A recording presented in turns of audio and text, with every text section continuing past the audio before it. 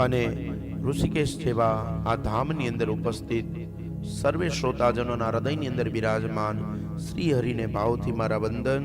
સૌને જય શ્રી કૃષ્ણ, પ્રણામ, જય મહાદેવ. ભગવાનની પૂર્ણ અનુકંપ આશીર્વાદથી આપણી આ યાત્રાનો આજ બીજો દિવસ.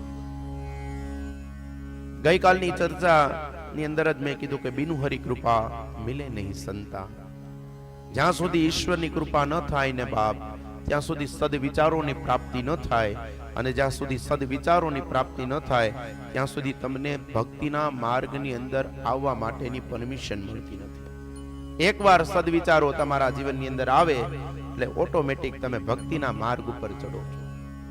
પણ એની માટે સદવિચારો આવવા જોઈએ. અને સદવિચારો ક્યાંથી આવે?